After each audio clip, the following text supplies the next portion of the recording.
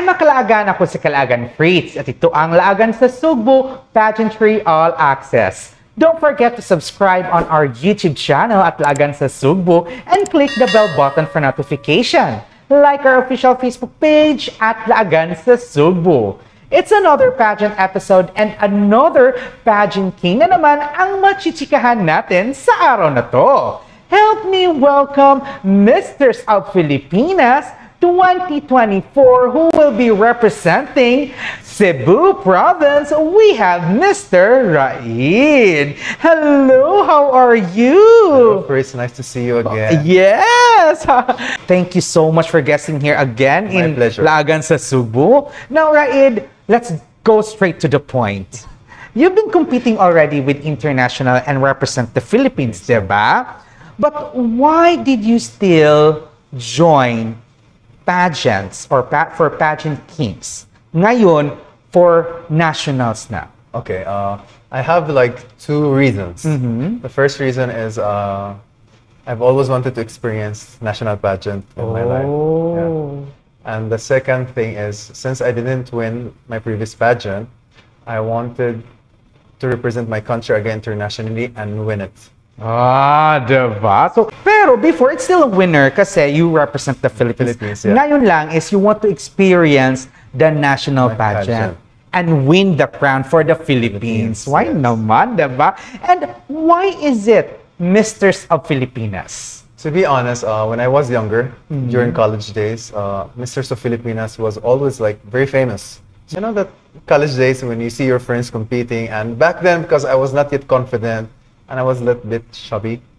So I didn't have the experience or the chance to apply for them. Until such time, coincidence happened when I went there and okay, I took it as a sign, maybe God wants me to try it. So like they said, sometimes your dreams can come to you unexpectedly. You never know God's plan to you. Yes naman. Or we don't know, you are being redirected. Yes. Diba? Okay. Now, you mentioned about this chubby and I do believe naman, nakita mo with all social media, na trend ka. They were all shocked. Bumalik ka for the pageantry world. Now, and you mentioned about chubby, mentioned about your body, kino-compare noon at ngayon. No, but it's a different tayo. Pumayat ka ngayon, ha? Now, what can you say about the saying, my body, my choice? Okay, something I've learned from this experience and the criticism, to be honest, I was hurt at first because when you read comments, there are very hurtful comments. At the same time, there are really positive comments. From that experience, actually, I've learned that beauty of the body is subjective. Because some people they loved my body when I gained weight. I was honest, I gained weight. However, people didn't understand that I was in my off season. I just resigned from my job, so I was enjoying my life. So I've learned that like there's nothing wrong if you gain weight or you lose weight as long as you're happy enjoying your life, right? Yes. However, where I got hurt is that I think everything happened so quick, and then my family started messaging me, sending me the videos. I said, right, why do people are talking this way? So I felt hurt because overwhelmed at the same time, but I felt hurt because when I saw my family hurting, so it was bothering me. However, the next day I told myself, I have a choice. It's either to let it go or back out or push myself to work harder. And to be honest, I'm very grateful for all the comments, for all the pushing, for all the criticism. Because of it, you gave me, like determination to prove to people or to prove to myself that I can work harder, improve my physiques, and look better from what I used to be. Yeah. So, ginawa mo siyang challenge na lang baga. Yeah, challenge. For in fairness, Makalaga na ngayon, nakita ko ang laki ng improvement, ha? Thank you. Nag-slim siya talaga. So, mukhang may aabangan na kami ngayon, ha? Now, also, I would like to ask, Raid, what is the sexiest part of your body? What do you think? Ako pa naman Yung sa akin, wag mo na lang, ikaw na lang. Ano ba yan? Naglakjo tuloy ako? Yes, ikaw na lang. Kasi iba yung masasabi ko eh. I can say my eyes. Oh. Because not only people always say my eyes looks good, but I also feel that my eyes is a reflection of my soul, and that I have a very good heart. Oh, the eyes. Oo nga naman talaga, yung eyes mo talaga, ang ganda naman talaga. Thank you. O mukhang may nagsasabi na, ano po, kung titignan ko na, ay, mukhang hinuhubaran na ako eh, my God! Diba? Oo, maganda naman talaga yung eyes niya. And also, yung sa akin, kung tinatanong mo din ako, yung sa akin, for me yung chest niya, ay, gano'n. Sexy, tignan din. And Hello. fairness. Chest of Superman. Superman, yes. Yes naman talaga. Now, I would like to ask also, may nagpapatibok na ba sa puso ni Raed ngayon? Of course, meron, and that's my mother. Mother pala. Kala ko tuloy. Kasi magbaback out na ako eh, kung meron eh. No, kasi mother pala. Oo, family naman talaga. Yun naman talaga yung first love mo. Diba? Okay, now, let's go back to pageant. If you will be choosing only one, being smart or being beautiful, and why? Everybody likes to look good. For me, I find being smart is very sexy. Yes, beauty can attract people.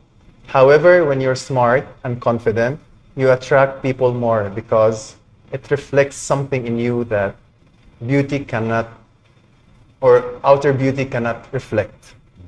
Mas maganda pa rin talaga yung you're handsome inside and out, diba? Now, what is your definition of this tagline ng Misters of Filipinas? Masculinity with responsibility, and how that definition embodies you. To be masculine, you need to also to be responsible. And one of the things that define a man is being responsible. When I say about responsible, I mean like you're very committed, you're very organized, at the same time inspiring. And when I say inspiring is you need to show people you can be a role model. And being a role model is about how you treat people and how you care about the people around you. Yes, being a role model. Yun naman talaga, no? And also, Raed, I would like to ask din naman talaga, anong kaibahan ni Raed ngayon than before? Anong aabangan namin sa'yo ngayon? Okay, I've changed a lot since 2022. I become more mature, Okay. and my perspective about life is different compared to the previous Raed. So I'm more calmer now, I'm more patient. However, for the competition, you will see there's improvement with my catwalk, with my public speaking. At the same time, I prepared, like, let's say that time was 100%, this time is 200%. Oh, more than Yes. double na. Yes. Kasi, when you want to compete again, you need to level up. And you need to be more prepared because you need to showcase a different version of yourself. Oh. Now, what if after this pageantry, do you have any plans to go on showbiz? If I get the chance, why not? Because that's my dream. In showbiz naman talaga. You have a chance. Ang gwapo mo. Thank you Oh so my much. God, Diyos ko, makalaagan. Gwapo niya in person, diba? Now, alright now, Raed, what can you say who trusted you and supported you throughout your journey, especially ngayon na bumabalik ka as part of Misters of Filipinas? Those people who supported you, what can you say to them? First of all, I would like to say, Lord, I'm very grateful. You sent me very nice people, very supportive people. And I would like to say also, thank you so much to everyone. Even though they're not my supporters of the criticism back then, I'm very grateful for it because I've learned from life that criticism is good because it makes you learn and grow to be a better version of yourself. So it's up to you if you want to take the criticism here or move it to the other one or take it and learn from it. Yes. Alright, mga kalagan, ang dami natin nalalaman, no, kay Raid, and also the story of Raid from before and now talagang may aabangan tayo. Now, before we continue, I would like to personally thank first our sponsor. I would like to personally thank GPA Studio. Thank you very much for the accommodation. And I would like to personally thank Team Flora Dermatologica for always making me fresh because I am Team Flora Touch. Now, Raid, kindly please invite our Laagan sa Cebu viewers where we can follow you, your social media platform, and how we can support you for the upcoming Misters of Filipinas 2024-2025. Go ahead. Okay, so my social media is Raed Alsgayer, and you can find me on Instagram, TikTok, and Facebook. And so keep supporting me. I will be enjoying my journey, and I'm excited to see all your support. And thank you so much to everyone. And thank you so much, Fritz, also. Oh, thank you very much for guesting here at Laagan. At ang laki ng kamay niya! Alright, mga Laagan. And also, once again, our Misters of Filipinas 2024-2025, who will be representing Cebu Province, we have Mr. Raid. Thank you so much. Thank you very much for guesting here at Laagan sa Subo. Congratulations on being part of Misters of Filipinas. Thank you so much. And good luck for your upcoming competition. Thank you so much. You're welcome. And also, don't forget to subscribe on our YouTube channel at Laagan sa Subo and click the bell button for notification. Like our official Facebook page at Laagan sa Subo. You may also follow me on my TikTok account, Instagram, and Facebook at Fritz Gerald Alcaraz. Once again, ako si Kalaagan Fritz saying, stay safe, be a responsible Kalaagan, and this is Laagan sa Subo, Pageantry All Access.